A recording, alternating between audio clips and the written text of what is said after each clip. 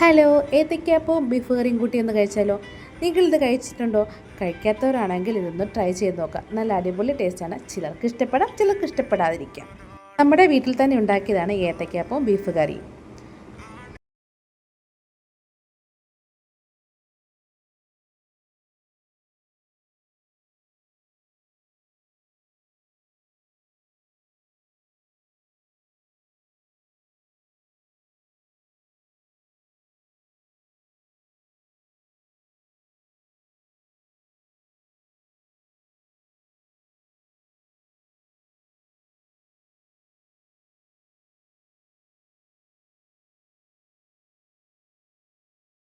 അപ്പം ഞങ്ങളെല്ലാം ഒന്നിച്ച് നമ്മുടെ വീട്ടിലെ ഫ്രണ്ടിലിരുന്നാണ് കഴിക്കുന്നത്.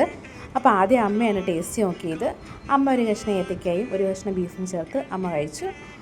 എങ്ങനെയുണ്ടെന്ന് വെച്ചപ്പോൾ അമ്മ കുഴപ്പമില്ല, കൊള്ളാം, സൂപ്പറെന്ന് പറഞ്ഞു. അടുത്ത ഊഴം മീരയുടെ ആയിരുന്നു. മീരയും കഴിച്ചു. മീരയ്ക്കും ഇഷ്ടപ്പെട്ടു. അതിൻ്റെ അഭിപ്രായം നിങ്ങൾക്ക് നേരത്തെ തന്നെ കാണാം. ഇഷ്ടപ്പെട്ടു. അടുത്ത ഊഴം എൻ്റേതായിരുന്നു. ഞാനും കുറച്ച് ഏത്തയ്ക്കായും ഒരു കഷ്ണം ബീഫല്ല, കിഴങ്ങാന്ന് തോന്നി ഞാൻ എടുത്തത്, അതും കൂട്ടി ഞാനും കഴിച്ചു.